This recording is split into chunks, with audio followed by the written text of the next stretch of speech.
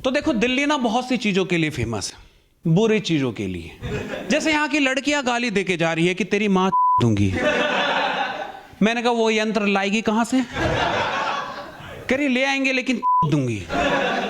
हाँ यार, यहाँ पे हम लोग ना बुरी चीजों के लिए बहुत फेमस है यार। हम हमेशा लड़ने के मूड में रहते हैं। आप लोग यकीन नहीं करोगे, पर हम लोग ना पॉल्यूशन पे प्राउड फील करते हैं कि दिल्ली का पॉल्यूशन इतना हाई है कि हमारा वर्ल्ड में नाम है।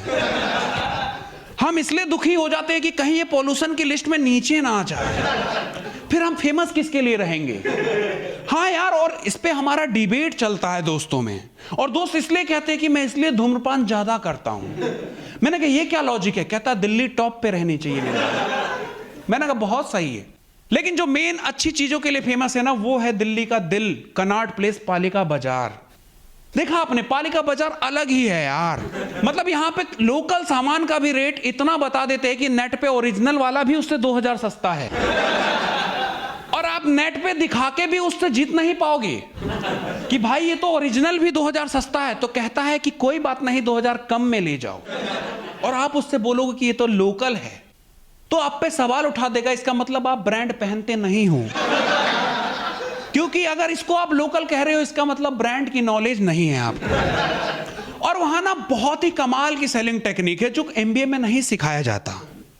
वहां पे ये नहीं बोलते हैं कि डिमांड हो तब सप्लाई करो, वो पहले ही माल ला के रख देते हैं और आप पे जिम्मेदारी थोप देते हैं कि आपकी वजह से ये सामान पड़ा है। अगर आपने गलती से पूछा तो आपको घेर लेंगे, और उनका पूरा झुंड आपको घेर लेगा।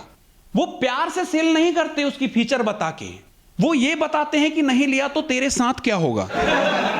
सच में देखा आपने, इतना पूरा झुंड आपको घेर लेता है, और आप बंदी के साथ जाओगे ना तो आप खुद को रोक ही नहीं पाओगे, क्योंकि आपकी बंदी को भी घेर लेते हैं वो। और उनका पूरा फोकस होता है कि सामान नहीं लिया तो इसकी बंदी ले जाएंगे।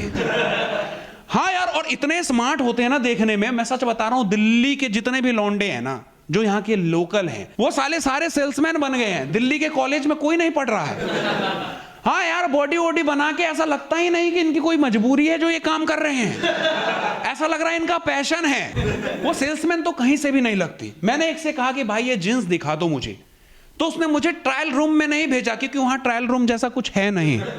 उसने सीधा मेरी गर्दन पे जींस लगा दिया, कह रहा बेहतरीन। मैंने कहा कौन सा जींस है जो मैं यहां से पहन के घूमूंगा?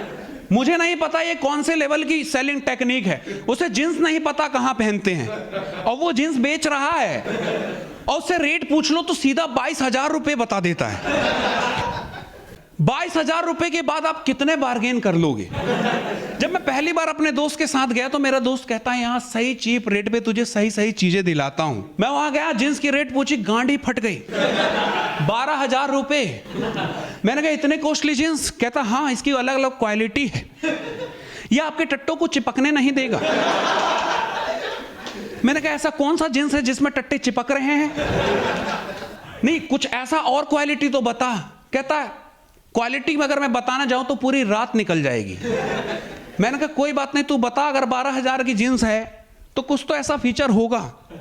तो कहता है ये कलर बदलता है, रंग बदलता है, आप जितनी धुलाई करोगे या दूसरा रंग में आ जाएगा, ये रंग छोड़ता है। मैं तो ये तो कमी हुई ना। कहता नहीं, ये खासियत है, ये सिर्फ यहीं के जींस में आपको बहुत ज्यादा रंग छोड़ता हुआ नजर आएगा। ऐसा है कि आप ब्लू लेके जाओगे व्हाइट हो जाएगा। मतलब कमियों को गिना रहा है या खासियत बता रहा है।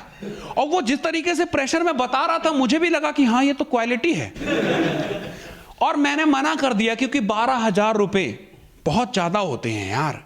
मैंने कहा 12,000 की जींस नहीं चाहिए। तो कहता आप बता दो। अब आप बार्गेन कितना कर सकते हो? 12,000 से आप ज्यादा से ज्यादा बोल दोगे तो 10,000, उससे भी ज्यादा अगर आप बहुत बेशरम हुए तो 5,000, हाफ से भी कम रेट हो गया है। पर मेरा पूरा शॉपिंग का बजट ही 5,000 था, तो मैं कहां से जींस के लिए 5,000 बोलता। मैंने कहा मुझे नहीं चाहिए। कहता रेट बताओ।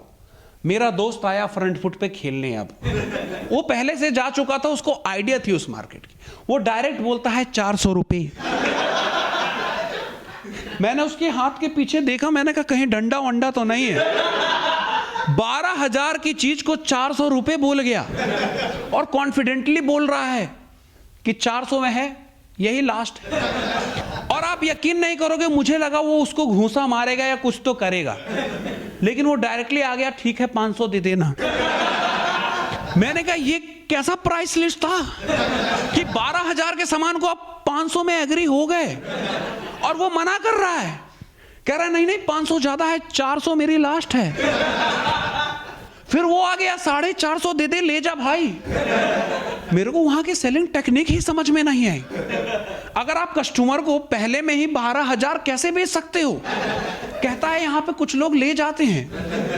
तो उस दिन पहली बार मैंने जीवन में कुछ ऐसा सीखा, मतलब निडर जो होते हैं ना, बेशरम इंसान, वो बनना बहुत जरूरी है। उसके बाद तो मेरे लोकल में भी कोई मुझसे 500 रुपए की जींस बोलता, मैं सीधा 50 रुपए। मैंने कहा 50 से 1 रुपए ज्यादा नहीं दूंगा तुझे, क्योंकि मुझे पता है सेलिंग टेक्निक, और ये कोई MBA की पढ़ाई में नहीं सिखाया जाता, ये मैं कहीं और से सीख के आया हूं। Thank you so much guys. Aviator download करके खेलना मत भूलना। जाओ जाकर खेलो, लिंक मैंने डिस्क्रिप्शन में दे दिया है। जाओ खेलो और अर्न करो।